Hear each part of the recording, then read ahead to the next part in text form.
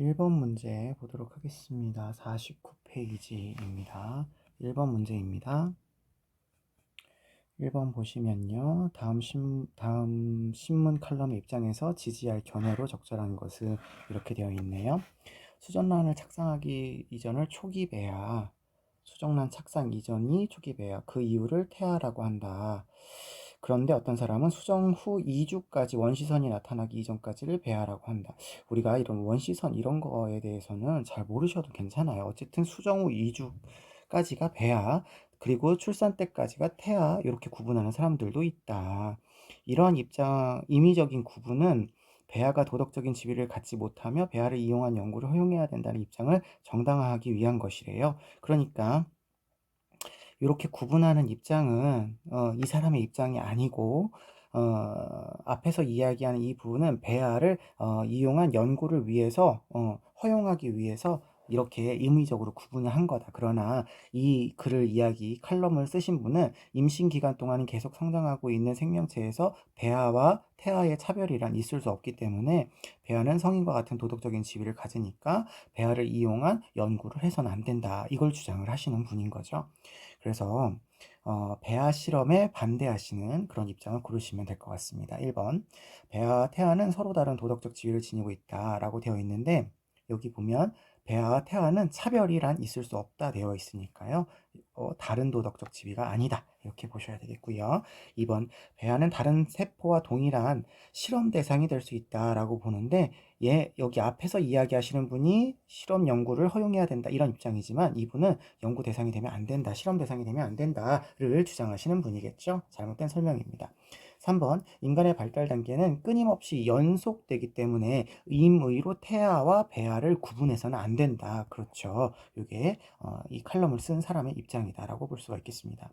4번, 배아는 인간으로서의 존엄성을 가질 수 없는 존재다라고 했는데, 이분은 배아와 태아와의 차별은 있을 수 없고 성인과 동일한 도덕적 지위가 있다, 이렇게 이야기하시니까 잘못된 설명이에요. 5번, 배아는 도덕적 지위가 불완전한 생명체 아니죠. 성인과 같은 도덕적 지위가 있다, 이렇게 이야기하셨으니까 잘못된 설명입니다. 정답은 3번이고요. 여기 생명윤리 단원이 약간 3단원에 있는 삶과 죽음의 윤리에 나오는 부분과 유사하기도 하면서 뒤에 11강에 나오는 내용과 이렇게 연결이 되어 있어요. 그런데 11강에 나오는 학자들이 주로 나오지 않는다면 이렇게 가볍게 제시문을 통해서 문제를 풀 수 있는 그런 문제들로 나오기 때문에 너무 어렵게 많은 것을 우리가 이런 내용도 알아야 되나, 뭐 원시선 이런 거 알아야 되나, 이렇게 하지 않으셔도 문제 풀 수 있으니까요. 상식적인 수준에서 문제를 접근하시면 좋겠습니다. 2번 문제 볼게요. 가하 사상의 입장에서 나 물음에 대해 제시할 답변으로 적절한 것은입니다. 인연으로 생겨난 모든 것을 우리는 공이라고 말한다. 어떤 인연이들 쫓아 일어나지 않는 것이 없으니 공하지 않는 어떤 것도 존재하지 않는다라고 보고 있으니까 인연 생기설을 이야기하고 있네요. 그러니까 이 사상은 불교다, 이렇게 볼 수가 있겠습니다. 나를 보니까 의료 발전을 위한 목적으로 동물을 희생시키면서 실시되는 동물 실험이 정당하냐, 동물 실험에 관한 불교의 입장을 물어보고 있는 겁니다. 불교는 인간과 다른 존재들이 보이지 않게 연결이 되어 있기 때문에 서로 의존적이라서 생명을 함부로 해치지 말아라 라고 하는 생명에 대한 어떤 불살생의 어떤 윤리를 강조하고 있는 그런 모습을 보이죠. 그래서 자비의 윤리다, 막 이렇게 얘기하면서 우리가 5월 달에 곧 부처님 오신 날 있는데, 이럴 때 보면 이제 스님들이 이제 방생이라고 해서 생명을, 사로잡힌 생명들을 놓아주는 일들을 하시잖아요. 그리고 스님들이 지켜야 될 5가지 계율 중에 불살생, 5개 안에 불살생이 들어가 있기 때문에 이런 동물 실험에 반대하는 입장으로 이야기하실 텐데, 보기를 보시면 1번, 인격적인 존재를 대상화하는 행위다라고 하는데, 동물은 인격적인 존재가 아니잖아요. 그러니까 요거는 잘못된 설명이고요. 살아있는 생명체를 죽이는 행위, 요거는 맞죠. 불살생, 살아있는 생명을 죽이면 안 된다, 이렇게 얘기하겠죠. 3번, 무정물인, 그러니까 감정이 없는 동물을 수단화하는 행위로 부당하다, 이렇게 얘기하는데, 보통 동물은요 감정이 있는 유정물이라고 이야기합니다. 유정적인 존재다, 이렇게 얘기하죠. 잘못된 설명이고요. 4번 동물을 위한 치료법 개발에도 기여함으로 정당하다라고 되어 있는데 정당하지 않다 이렇게 이야기하셔야 될 것 같아요. 동물의 생명을 박탈하는 거니까요. 5번 인간에게 유용한 결과를 주는 행위이므로 정당하다 이렇게 보고 있는데요. 유용한 결과를 주더라도 동물의 생명을 해치는 것이라서 부당하다 이렇게 이야기하셔야 될 것 같습니다. 정답은 2번이네요. 3번 문제 보도록 하겠습니다. 3번 신의 섭리에 의해서 동물은 인간이 사용하도록 운명지어졌기 때문에 동물을 죽이거나 다른 방식으로 사용한다 하더라도 이는 부정의한 것이 아니래요. 그 동물을 막 죽이거나 사용할 수 있는데 이게 신의 섭리라고 하는 거 보니 그리스도교 사상이죠. 요거 아퀴나스 선생님이 되겠습니다. 아퀴나스는 인간 중심주의 사상이라고 우리가 11단원에서 이야기했죠. 인간 중심주의다. 그렇기 때문에 동물을 수단으로 이용할 수 있다. 이렇게 보고 있습니다. 을을 보시면 종물은 자기의 삶의 주체일 수 있답니다. 삶의 주체 이야기하시는 분은 레건이죠. 레건 선생님은 모든 동물이 아니라 몇몇 포유류, 즉 여러 가지 조건, 회고 감수 능력도 있고 인지 능력, 지각 능력, 복지에 대한 인식, 미래에 대한 생각 이런 것들이 다 가지고 있는 존재들이 이제 삶의 주체가 될 수 있다고 보고 삶의 주체인 동물들의 수단으로 대하지 말아라 라고 하는 의무론적인 관점에서 동물의 권리를 강조하셨던 분이죠. 자, 그러면 보기를 보죠. 인간의 권리가 동물의 권리보다 우월하지 않다. 아니에요. 인간 중심주의는 인간이 우월하다. 이렇게 보고 있습니다. 잘못된 설명이에요. 2번 동물의 권리를 침해하는 육식을 금해야 한다. 아니에요. 그러니까 동물을 죽여도 상관이 없어요. 침해한다라고 이야기하지 않습니다. 3번 동물은 공리의 원칙에 따라 도덕적 권리를 갖는다라고 되어 있는데 물론 동물이 도덕적 권리가 있다라는 것을 인정하지만 공리의 원칙은 싱어 선생님이 이야기하는 것이고 그런 어떤 공공의 이익과 관련돼서 권리가 생기는 것이 아니라 원래 삶의 주체인 존재이들은 내재적 가치를 지닌다 이렇게 이야기하셔야 하기 때문에 잘못된 설명이다라고 볼 수 있겠고 요거는 싱어 선생님의 설명이 되시겠어요. 4번 도덕적 행위 능력은 도덕적 지위의 인정과 무관하다. 도덕적 지위를 인정하는 데 있어서 도덕적인 행위 능력은 무관하다. 관계가 없다라는 거거든요. 레건 선생님은 여러분 일단 도덕적인 행위 능력을 가지고 있는 것은 오직 인간밖에 없습니다. 인간만 도덕적 행위 능력을 가져요. 그렇기 때문에 이 동물 중심주의나 생명 중심주의, 생태 중심주의부터는 생태 중심주의는 도덕적 지위를 인정을 하잖아요. 그러니까 인간 중심주의를 벗어나면서부터는 도덕적인 지위를 인정할 때 도덕적인 행위를 할 수 있느냐 없느냐를 고려하지 않게 되는 거예요.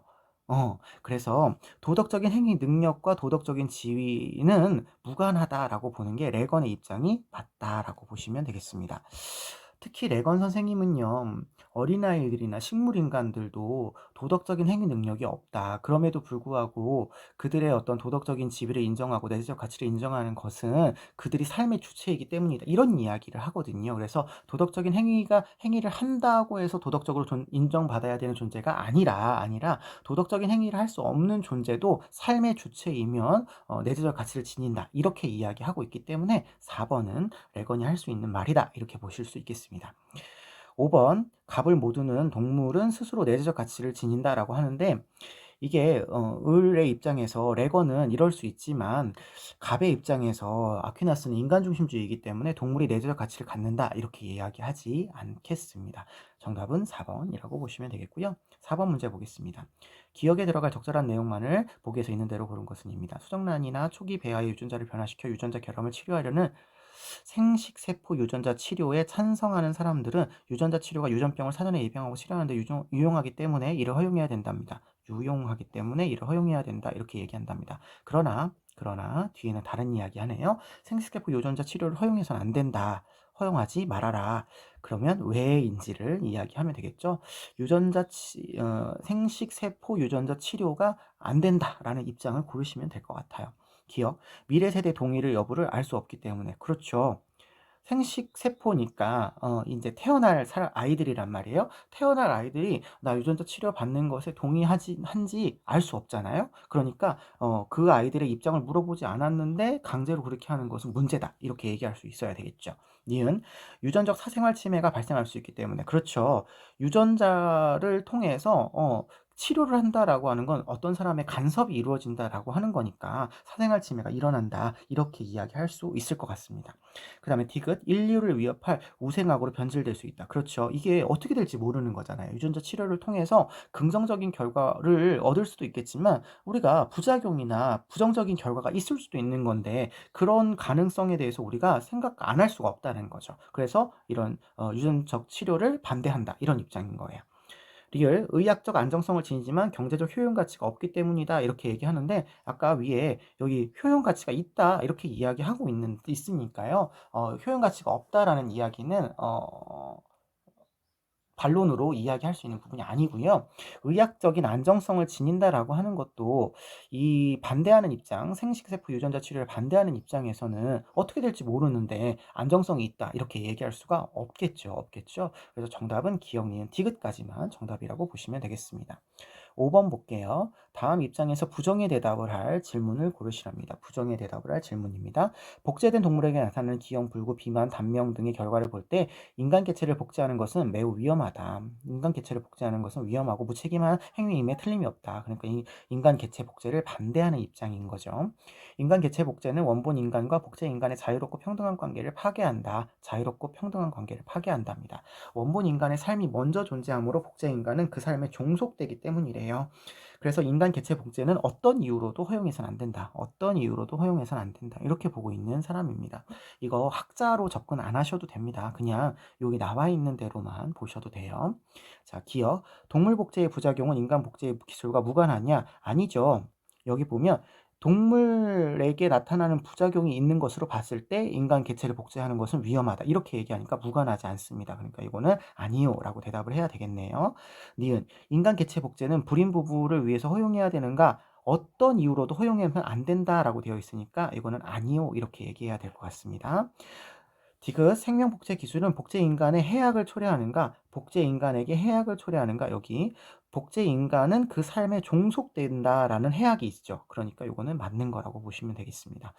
자, 그 다음에 복제 인간은 자신의 삶에 대한 온전한 주체로 살아갈 수 있는가라고 되어 있는데 여기 종속된다고 되어 있죠. 원본인 인간에게 종속되니까 온전한 주체로 살아갈 수 없게 됩니다. 그래서 이것도 맞는 거라고 보시면 정답은 4번 이렇게 찾을 수가 있을 것 같습니다. 6번 문제 보실게요. 다음을 주장한 사상가 입장으로 가장 적절한 것은입니다. 쾌고감수 능력은 다른 존재들의 이익 관심을 가질지의 여부를 판단하는 유일한 경계이다. 유일한 기준이 쾌고감수 능력이래요. 이렇게 이야기하시는 분은 싱어 선생님이시죠. 싱어입니다.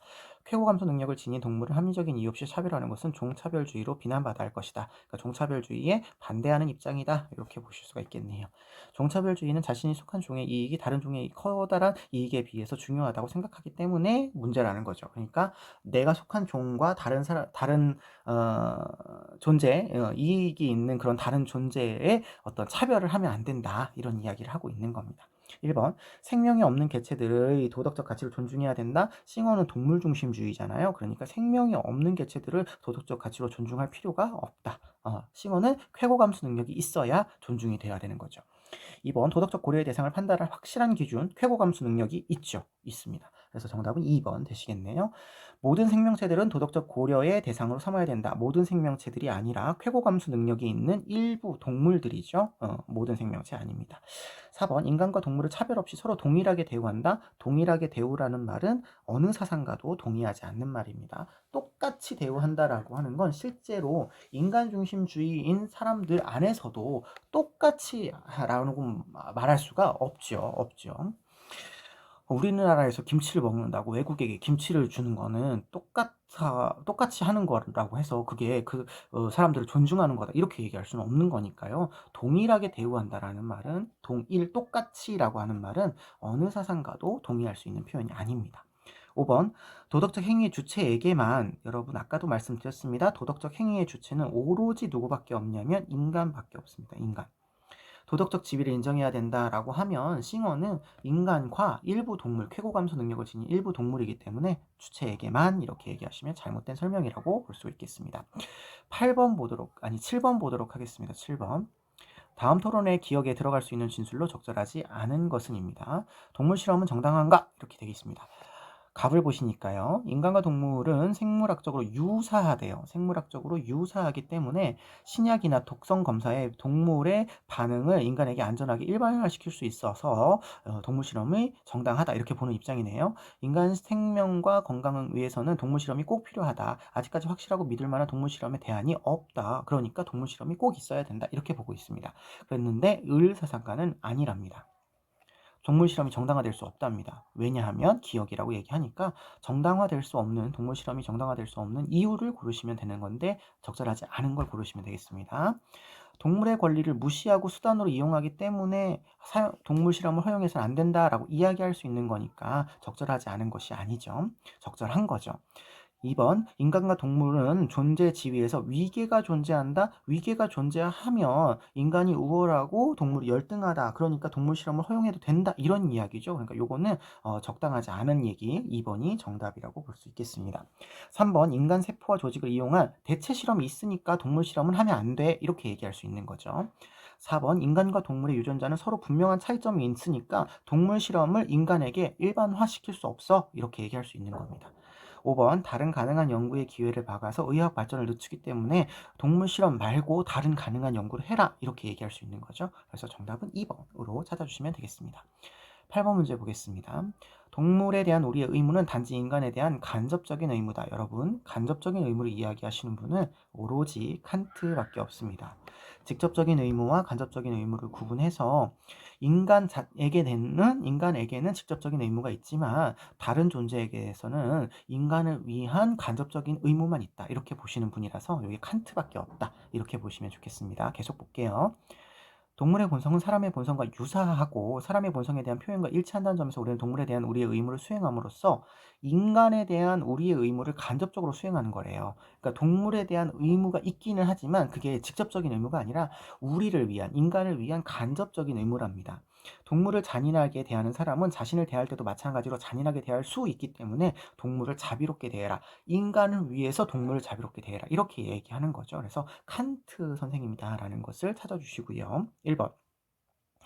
인간의 본성과 동물의 본성이 동일하다. 자, 이 말은 여기 인간의 본성과 사람의 본성이 유사하다라고 되어 있기는 하지만 동일하다라고 이야기할 수는 없죠. 인간의 본성과 동물의 본성이 동일하면 인간도 동물이란 얘기인데 이거는 아니죠. 유사한 점이 있다라는 것이지 똑같다는 아닌 거예요. 아닌 거예요.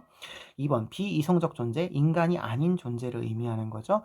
는 의무를 지닌 주체가 될 수 있다. 의무의 주체다라고 하는 것은 의무라고 하는 것을 할 수 있는, 책임을 질 수 있는 그런 존재라는 건데 칸트에게 있어서 의무의 주체는 오로지 인간밖에 없죠. 인간 중심주의니까 인간밖에 없습니다.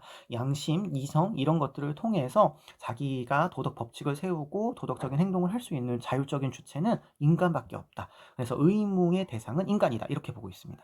틀렸고요. 그 다음에 3번 동물은 인간의 이익을 위한 수단이 되어서는 안 된다라고 되어 있는데 인간 중심주의예요. 칸트도. 그래서 인간 중심주의니까 당연히 인간을 위해서 수단이 될 수 있습니다만 잔혹하게 대해서는 안 된다. 인간의 도덕성을 해치지 않는 차원에서 수단으로 삼아라. 이렇게 이야기하겠죠. 4번 동물의 봉사에 대한 감사는 인간의 직접적인 의무가 아니라 간접 의무죠. 간접 의무. 인간의 도덕성 향상에 도움이 되기 때문에 동물의 봉사를 감사해야 된다. 이렇게 이야기하죠. 정답은 그러면 5번이 될 텐데 동물의 학대는 도덕성이 이로운 자연적인 소질, 인간에게 도덕성이 이로운 자연적 소질, 이 자연적 소질을 다른 표현으로 자연적 경향성이라고도 하죠.